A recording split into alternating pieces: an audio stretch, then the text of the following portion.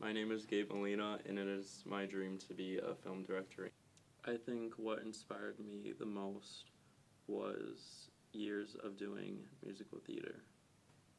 I started doing theater when I was 12, and just over the years as I experienced and learned, went from acting to producing, as my drama club president. I think it really transforms the way I saw myself and as a creative, and that I want to make my own things.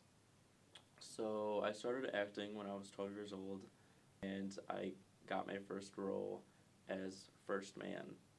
And I think from that point on, like going to the theater, going to rehearsal, it really became my second home. It was the end of my sophomore year when my teacher, Rob Tyne, he came up to me and said, hey, next year we're thinking of starting up a drama club, for the rest of the students, because me and a couple of my friends who did theater out at Ingle Lane, which is my community theater, we really wanted to bring that into the school environment, and it was becoming more popular, and so we all thought it was like the right time to do that.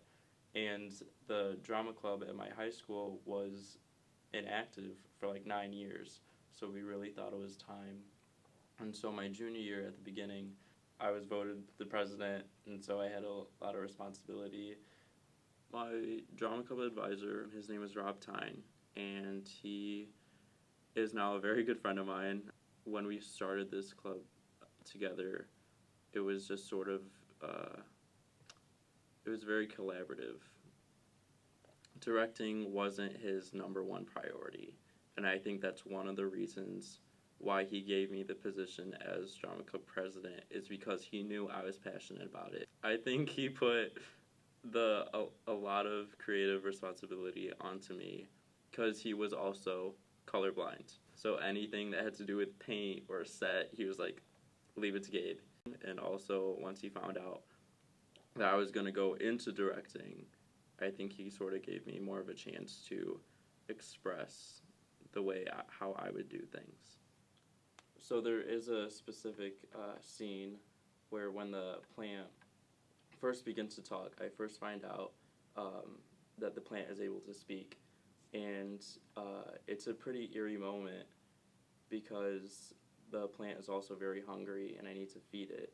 And then that's when it gets very eerie. So in order to give that sense of eeriness, I told the crew that we need to dim the lights, we need a green spotlight on the plant, we need to add lightning so it gives it this dark, almost scary effect when we perform it. The very last show I did in high school, it was Little Shop of Horrors. And not only was I the lead role, I also had to do everything backstage. I had a lot of responsibility on my hands. During the process, I also had to come up with a set design and see what would work best in order to incorporate the inside scenes of the shop to outside on the street or in the neighborhood. This show did have a lot of emotional attachment to me because it was my last musical as a senior, and it was a pretty big farewell for me, and it sort of showcased what I was capable of and what I'm going on to do.